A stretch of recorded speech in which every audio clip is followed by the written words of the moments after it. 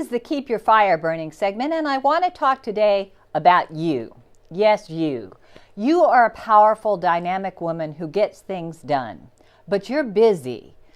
You may be managing a department or running your own company or moving up the ladder in your career. You probably have children that you have to take care of, a husband or a partner. You may also be involved with the care of your elderly parents.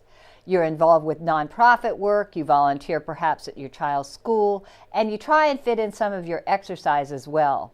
You're busy, you get things done, and if you don't stop and really take care of yourself, you can burn out, you can get sick, and then you can't be any good to anybody else. So I want to talk today about one of the issues that I see with women all over the country and some of my coaching clients, and it shows up in terms of not setting boundaries. Boundary setting is so important. Learning how to say no. And it shows up like this. You, because you're a busy, effective person who accomplishes a great deal, are asked to be on other boards of directors, other committees, take on additional work at the office. And so you have to learn a graceful and easy way to set limits for yourself so that you can honor yourself and your time and do your work with excellence. I get asked to be on a lot of boards. I serve right now on several boards of directors, and I also do a lot of different kinds of service and community work. So when someone asks me, as they did on Monday, to be on another committee or another board of directors, I've learned this technique that may be useful for you. What I say is, thank you so much for asking me. I'm honored and humbled.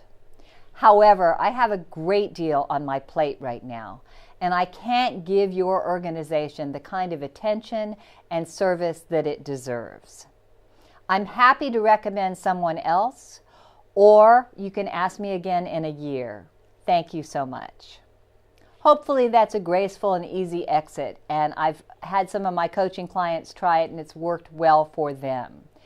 If you get asked at work to do something that is not in your normal frame of reference and your description of your job, you have a choice. Is it something that will enhance and elevate your career? For example, if you get asked by your boss or a major client to take on another project, you may opt to do it. But if it's just somebody else shoving their work onto you, politely push back and say, I'm sorry, I'm very busy with XYZ project. I can't do that for you at this time. And you can maybe let them know when you would be available or just say no. Another skill set that goes hand in hand with this is asking for help. Sadly, women do not do that nearly enough.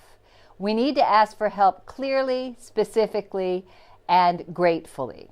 So it might show up like this. Let's say you've just landed a big account and you're going to be very busy. You may even be late getting home for dinner. So you might ask your son Thomas to take care of the dog.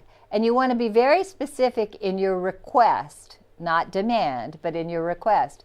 And you say to Thomas, Thomas, I need your help. Could you please, when you get home from school, take Rover for a walk and feed him his dinner? It would be a tremendous help to me. Thomas will usually be delighted to do that for you, but you can't micromanage the way Thomas does it. It's just the fact that he does it is important, and you want to thank him for doing it. Done is better than perfect.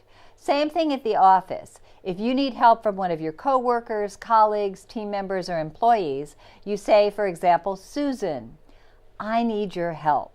Could you please assist me with doing the statistical analysis and research on XYZ? I need that by, and you give them a date and you tell them what format you want it in. And when Susan delivers it back to you, you thank Susan profusely and tell her how much you appreciate it. At home, ask your husband or partner for help as well. Let them know what's going on in your life and say to them, I need your help. I'm not going to be able to get dinner on the table this next month like I normally do. Could you please help make dinner 3 nights a week? Maybe we could get a meal service, maybe we could do takeout, maybe we could have one of those grocery services that comes in with pre-made meals. Find solutions. Usually our partners are delighted to help us if they know what's going on. So the key here is to be specific, not try and micromanage it, not be the control freak, and spend time thanking the people who help you out. I want you to continue to be able to do all the great things that you do.